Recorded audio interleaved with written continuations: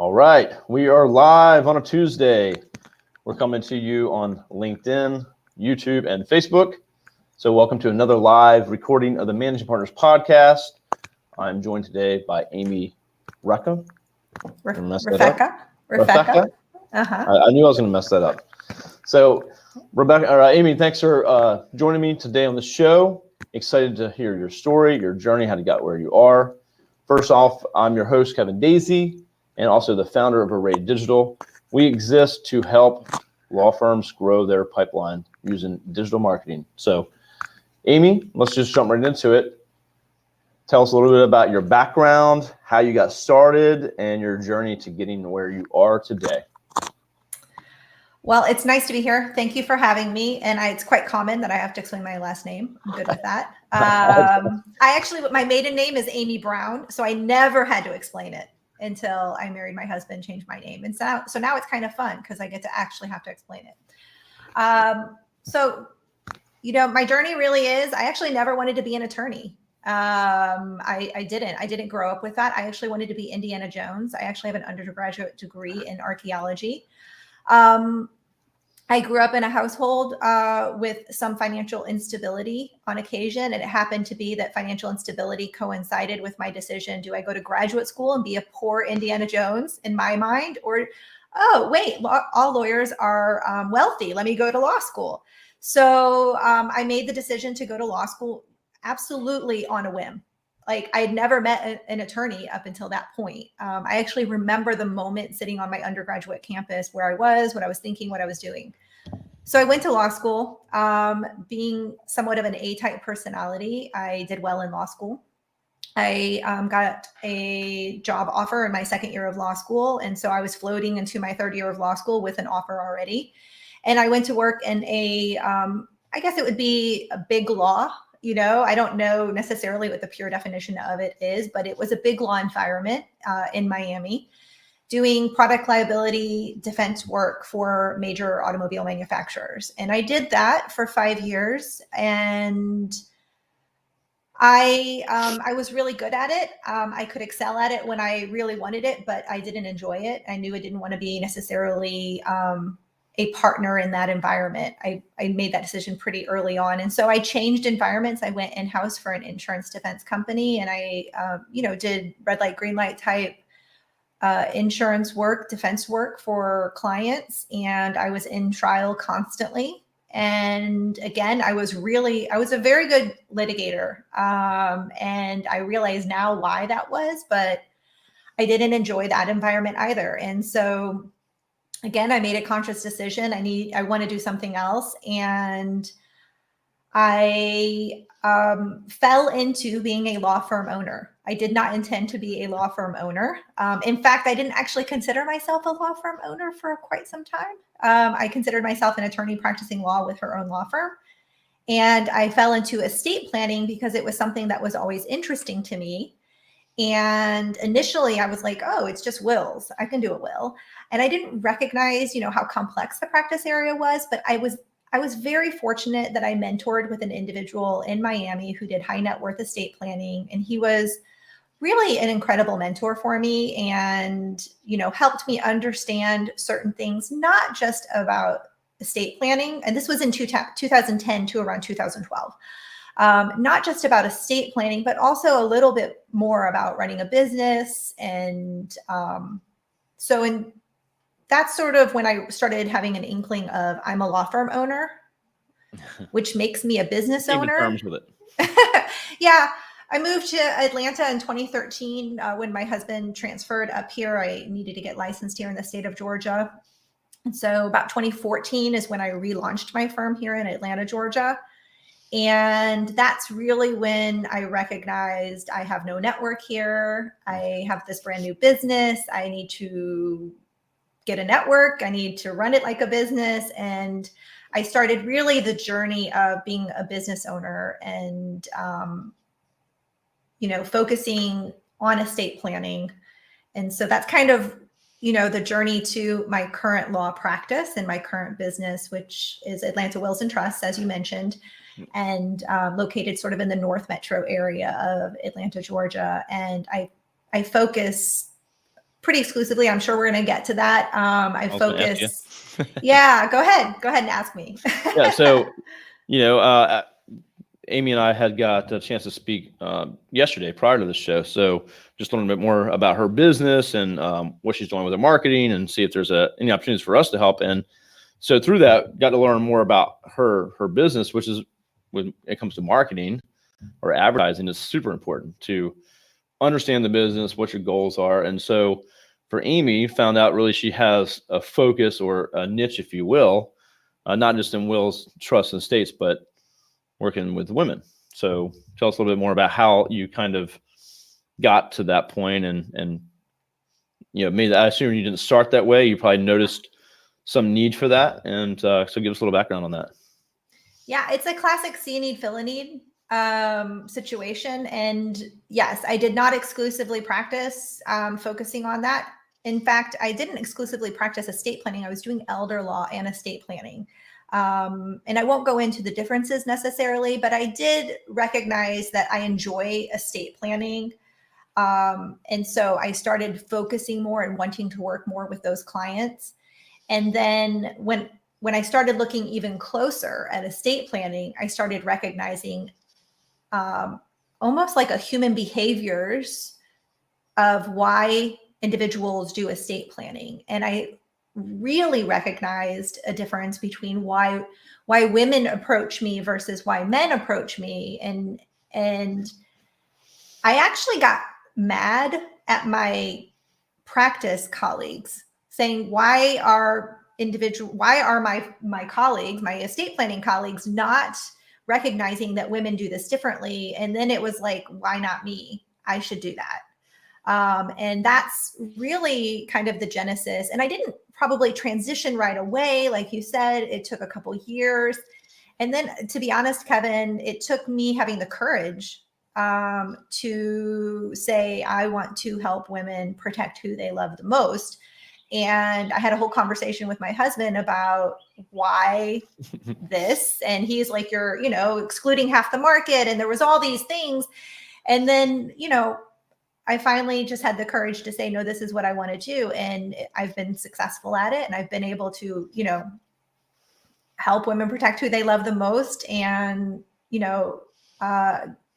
provide an opportunity for women to approach estate planning the way, they want to approach estate planning. No, I love it. And I think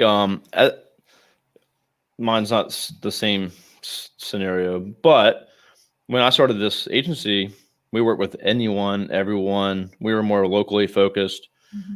And my clients represent a ton of different kinds of businesses, whether it's a retail shop or, a fun place for kids, like an indoor fun or indoor skydiving place, or you name it, and law firms and insurance companies and whatever.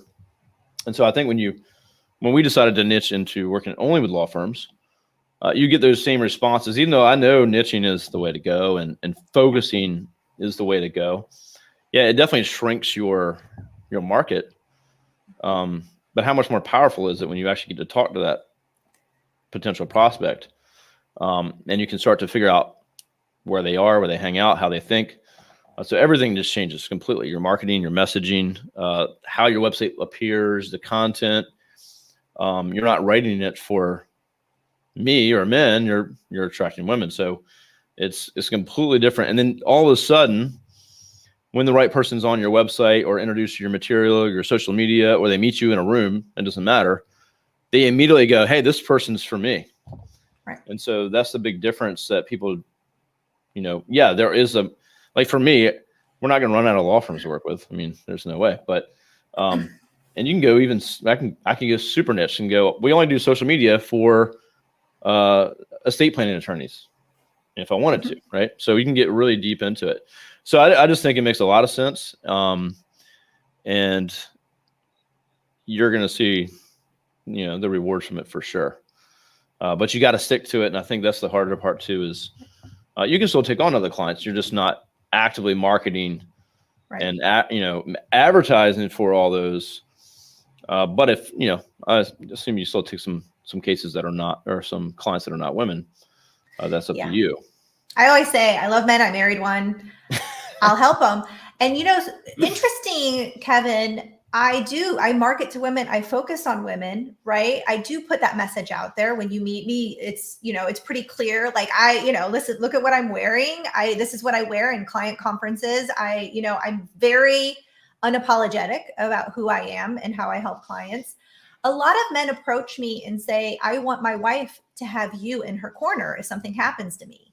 Or I want my daughter or daughters to have you in their corner, because I don't want them to be searching for someone to help them who they feel uncomfortable with, or have put in, just because I'm comfortable with this person, they are not going to be. And I've actually more and more have had that situation too, which I'm super grateful for, the recognition for that dad, for that husband, to recognize they're not going to be dealing with this estate.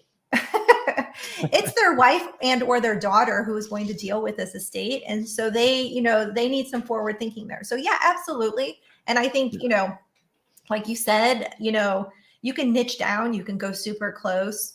And the key, and I know that you know this, and this is the message for your clients that you share with them, is make it as easy as possible for the person on the other side to understand that you can help them and who they need to help them. Because, there's a wide array of attorneys out there, and it's confusing, and we have a bad enough rap as it is generally, right? When you go out there and look at rep polls and everything, make it easy for them to like, know, and trust you, and to know that you're the right attorney for them. And that's what you do for clients. 100%. And, stay on message. I just see so many websites for lawyers that they're like the definition of the practice area or the law itself or something like that. And it's just like, doesn't connect with anybody. It doesn't really speak to anyone. And I think it's maybe by design, because they don't want to, push anyone away, but then nothing's compelling to anyone. It's just blah. And where versus you can get very specific, make that right person feel comfortable. That ideal prospect is going to be like, this is exactly what I've been looking for, even though they didn't know they were looking for it potentially. Right. And a good point too. My wife handles pretty much everything. So can you practice in Virginia? Because, do some help. No, but I always tell people, I'll find somebody that you'll feel comfortable with. In fact, I already know 2 people that I could tell you. Yeah, and actually, I need to do some stuff in that, to be honest with you. But yeah, to your point, I was telling Amy, it's like, yeah, we're men, we almost die every day doing something stupid. So, and if not, we still might not outlive the women anyway. So, yeah, statistically speaking, I'm gonna help your wife and not you. It's a numbers game for me. I'm cool with that. But that's a really interesting kind of angle, though, is that you're appealing to women, you're trying to get the women, but you're having husbands come to you because they're recognizing that. So that's really interesting there. So next question, really. Yeah. I've taken a deep dive into Amy's marketing already. But what are you doing? What has worked well for you to get clients? The things that you've been doing since you started, what's bringing clients into your door? So because I literally here in Atlanta sort of started from scratch, right? So it's changed. The journey has changed. And of course, for everyone out there, COVID has changed things. But at the end of the day, I think it really kind of comes down to relationship building. I look at my marketing like cannot remember the name of the Greek thing, but pillars, right? So there's pillars holding up the building, and the building is my business, right? And you enter into my building and I help you, but I need something to hold it up. And what holds it up for me is pillars. And so relationship marketing is really important for me. So creating relationships with other professionals out there that also help my clients. So that's one thing. And that's the big... referrals, personal referrals from other professionals, attorneys, CPAs, insurance advisors, real estate attorneys, financial advisors, the main focus of who refers me business. And then, of course, you have to have an online presence. And, what I did in the beginning is not what I do now. And so the way and you know, you do these in certain percentages at certain times in your business, like how much energy and resources you're going to put towards them. And so now what I do is I really do and am trying to focus on where I'm going to fall in someone's search for Google. And that's shifted for me over the last few years for a few different reasons. And I would say that during COVID, I had a very large percentage of my business really come to me and convert with me through Google. And that's not necessarily a pitch to go buy Google stock. I'm just saying that it worked for me and sustained me very well during that time where relationship building wasn't as much of an opportunity for me. Yeah. And so now that, you know, the landscape is changing a little bit, yes, my relationship building is on the rise again, that personal relationship building. But my goal is to keep my online referral base still coming my way. So it's really kind of a combination. And then of course, like the number one marketing anyone should have is you treat the clients you have very well. And more and more and more, my clients are sending me business. Or I have had several instances lately where someone did not hire me for various reasons, but they sent me people. And they're like, it's not a right fit for me, but you're a right fit for this person. And that person will hire me. So I think it's threefold. I think you need to attack it at all angles, but you can't lose the opportunity of having a presence online. And you're right. It needs to be it needs to be consistent across the board, what you're doing, 1, 2, and 3. Yeah, 100%. And yeah, you can't beat referrals. You can't beat a client referral or you did just good work. So they tell their neighbor, their brother or sister, whatever. Mm-hmm. So you can't beat that. So that's, for me, it's like anyone watching, that's the standard. You're starting a business, you have to do good work, and that will pay back in dividends for sure. Mm-hmm. But I also like what you said too, and this happens to us too, it might not be a fit for us to work with us, but they might refer us to someone that does need the help, you know, because I talk to firms all the time that are just crushing it they're not moving, they're not changing. That's totally fine. But they might, hey, I have a colleague that started his own firm. He needs all the help that you guys provide. So it's always worth talking to people and having good conversations and just being real. And things will come back your way for sure. Mm-hmm. And then I always tell people this, like, you know, you love referrals, you build the relationships. Think of Google as the other referral source you didn't have. And if someone needs your help, it's a woman, a wife, she needs the help. She's looking for someone just like you, but she happens to Google instead of asking a friend or a colleague or a professional. Wouldn't you still want to be there? And then she gets in your content, your website, and goes, wow, I have to call right now. So yeah, take advantage of that. Make sure you show up, have good messaging, good content, and it'll be worth its weight in gold for sure. So, So yeah, I love everything you're doing. What is some of the plans, future growth that you have? I know you've mentioned some big things or some restructuring kind of going on. So what are some of the goals that you have for the next, say, year, 2 years? Yeah. So estate planning is really sort of much more than just like a wills and trusts, right? So there's all different types of estate planning. And I do focus on a particular demographic, meaning, you know, I do focus female-oriented estate planning. But more and more, I think women are becoming business owners. You know, I had my own journey, right, of it wasn't a good fit for me lifestyle-wise, but really personality and culture-wise for me to be in a big law environment, in-house environment in corporate America, like the structure that was built there.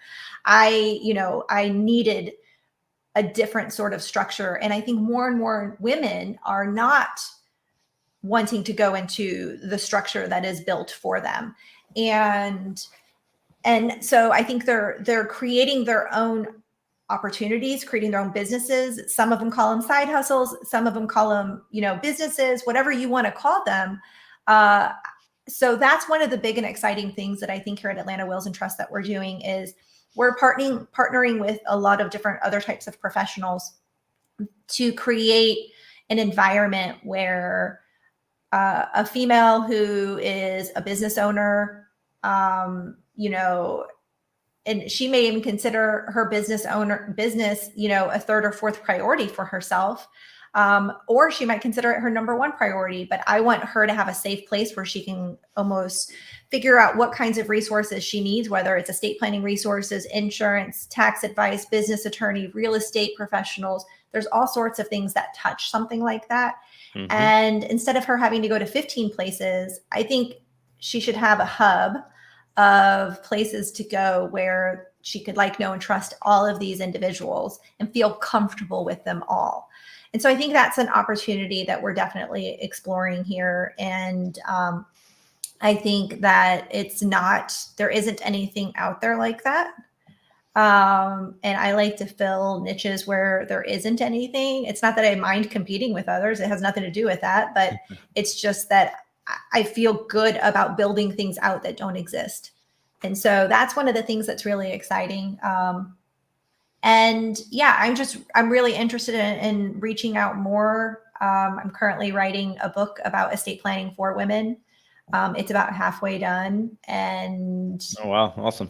Yeah. I think just like we touched upon yesterday, you know, whether they realize it or not, but women literally the trigger to get them to call me, the trigger to get them to make any sort of contact is typically there's a different motivation, a different why behind why they do that versus when a man does it.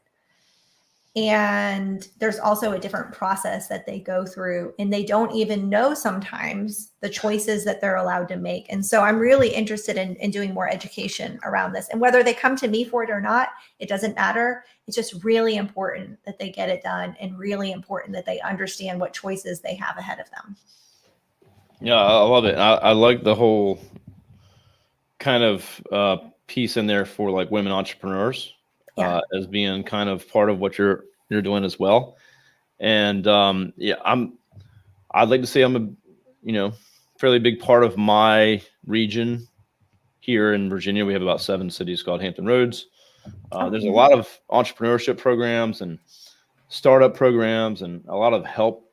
And I'm part of some boards and stuff like that. There's some women only groups, women in technology, but there's kind of what you were just saying, there definitely lacks, I think, a resource like that I know of, even where we're at, but for those resources. And, I try to help our clients or young entrepreneurs that I know, women or men, CPAs, lawyers, referrals, whatever. And I try to keep a list for my whole company. If we have a client that's like, hey, I need a CPA, we have a sheet of trusted people that we can refer them to just so we can help. But I think pulling that together, because you're thinking about like wills and trust, especially for a business owner, they get a lot more complicated than if you just have a job and a home and that's it, versus like you have businesses, properties, other things that get mixed into that. So yeah, and I'm sorry, go ahead. No, I'm just saying, I just love that angle you're taking and creating that hub, that resource. Makes a ton of sense. I think that's awesome. Yeah. And I sort of see it in 2 ways. One is, a lot of companies have recognized the need to sort of support certain disparate groups that haven't necessarily developed as well as they would like. So they have diversity and inclusion programs. They have women programs. And I think that needs to translate over to the small business arena better. And I think that it's really incumbent upon me as a professional in the small business arena to create the same opportunities. But I think also, one thing, just from like a pure human behavior standpoint, or even just a pure, I can't put my finger on the right word for it, but I speak with so many women who have started these businesses and they're high 6-figure, 7-figure businesses, and they still call them side hustles, and they don't even themselves recognize the respect it should be given professionally. Well, you did the same thing. You said you kind of Exactly did, you were a practicing attorney that happened to own a law firm, but you didn't recognize it as that. Right. So my goal is no, I want you to understand the value and appreciate what you've built. And I want it to be preserved for your family. If something happens to you, if you become incapacitated or pass away, How do you what you're doing? Yeah, I want you to respect what you've built. And then I want to create other professionals around you that support that. And so many women have just like sort of been on a call with me and they're like, wow, I just never thought of it that way. And I'm like, yeah, you've built it. It's amazing that you've built it. Let's make sure that it does, it gets the respect that it needs in your planning. And so that's kind of the twofold thing that I think that is really exciting stuff that we're looking forward to doing. Yeah, that sounds awesome. I love it. Definitely different than something I've heard or we've had on the show. So I appreciate you sharing that with us. And, I'm not a woman, but I don't fit in the corporate structure either. I am not hireable, if you will. But so I encourage everyone I talk to, and if it's not right for you, maybe there's a reason. Maybe you should be doing your own thing. But yeah, accept it, own it, and go all in. So, but it's a lot easier when you have some resource or somewhere to turn to. I think most people they don't even know what to do to start a business because they've never ran a business. Or attorneys specifically, they're great attorneys, are good at the law, and now they have to run a business. Like they don't know how to run a business. So there's a lot of things to learn real quick. Yeah, and we make mistakes. Attorneys don't like to admit it, but all of us have made mistakes along the way of entrepreneurship. And they call it, I joke, they call it the practice of law. They should call it the practice of business also, right? Yeah. And it's because we'll make a decision. You just have to own it, move on, and make a different decision if it didn't work out for you. That's funny, Mike. So I have 2 kids. My daughter is 7 and my son's 10, but I talk to them about business all the time because even though I'm fine with college, I was never a great student. It was terrible. And so for me though, with my kids, I'm like, hey, if you don't want to go to college, you're going to start a business.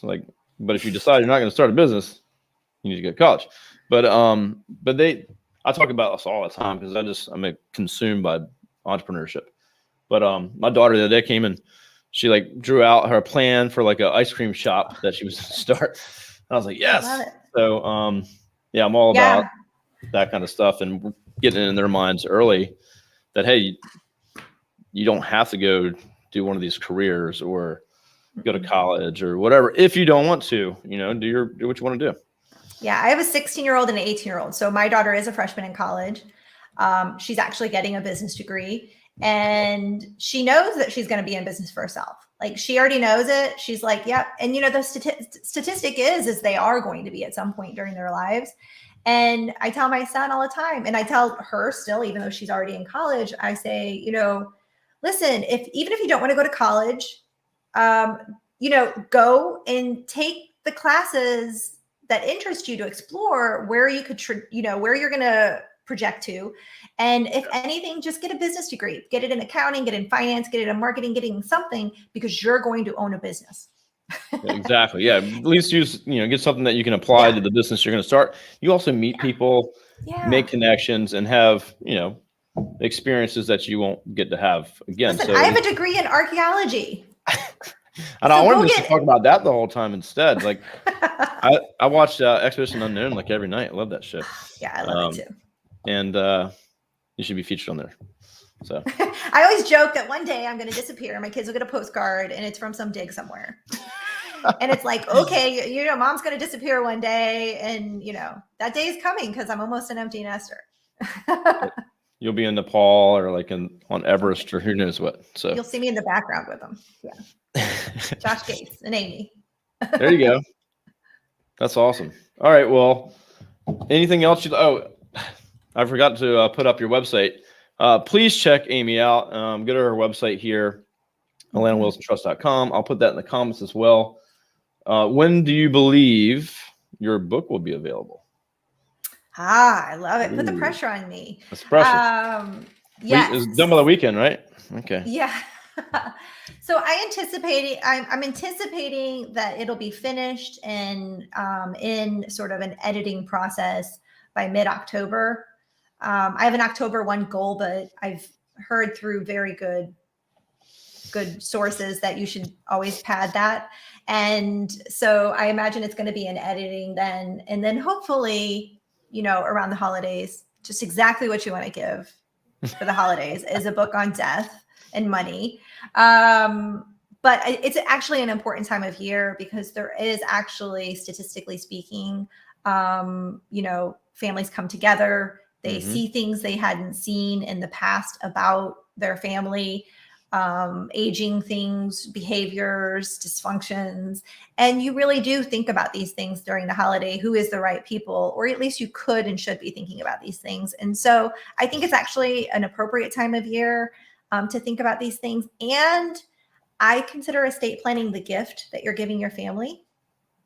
And so I always tie that in. I always tie estate planning to gift giving because it really truly is. And so I will encourage you, Kevin, to give the gift of estate planning to your family and wrap that up. I'm going to email you a few people.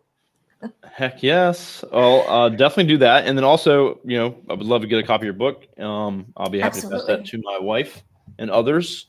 Yes. But yeah, that's a good point. I mean, these are things that we're going to have to face and deal with. It's just being prepared and protecting what you've spent your life building. So, and then protecting the ones you love. So makes a ton of sense to me. And I know if there's another estate planner local here that I know, they put out their own book called Before You Go, I believe. And they give it to their clients. They don't make money off it. They don't sell it. It's just a way for them to give it to their clients when they come on board, or they'll send it out to anyone that's interested before they become a client. So it's just a good tool. It's got a lot of good information in there, not women specific, of course. It's 2 old white guys, but it's a great book to have and to read. And I have a copy of it here somewhere, but I just got a new office, so I don't know where it's at. But I think it's a great idea. What's the title of the book going to be called? Working title is Why Women Need Wills. Okay, excellent. Yeah. All right, everyone. So keep an eye out for that. Amazon bestseller. That's right. I'll be reading to my kids around Christmas. Why Mommy Needs a Will. Yeah. That's right. So. Well, I appreciate you coming on today. Anything else you'd like to share? Any big news about the firm before we go? No, you could find me on all the major social platforms. We are Instagram, Facebook, YouTube. I have a lot of videos out on YouTube as well. I'll definitely link this to all of them as well and share this out. I appreciate being on with you and having this conversation. Appreciate all the time. And I look forward to being able to share it and your company with others. I appreciate that. And just thanks for sharing your story. Very unique. So everyone listening, if you picked up some good stuff from this and kind of think about what you're doing. Are you niching? Are you focusing? Is your marketing message consistent? And are you doing really what you want to do? I mean, a lot of times, I like to ask people kind of their journey, because I don't assume that they just were wills and trusts estate attorney overnight. Everyone's got a story. Well, I fell into this, and I was at a personal injury firm, and they kind of navigate to where they really want to be. And so I think that's important too, is, doing what you love and feel like you're actually giving back and doing some good work. So that's what Amy's story is. And she's kind of taking that the next step with the entrepreneurship and the kind of the hub thing. I like that idea. I'm interested to see more about that. So check out this episode. It'll be up on our website, as well as the podcast version within the next couple of weeks. This is also available right now on YouTube and our LinkedIn, on my LinkedIn. So you can check this out, and you're able to share that. Amy, we should be tagging you.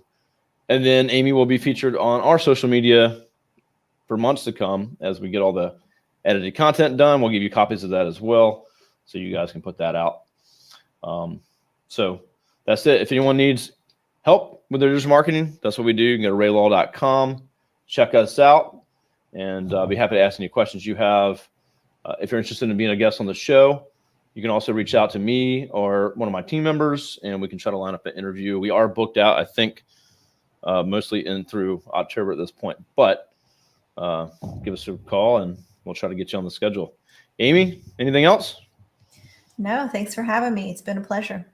Yeah, good pleasure. Pleasure having you on, and I'll talk to you soon. So just hang on. We'll talk backstage for a few minutes. And everyone have a great Tuesday, and we'll see you soon.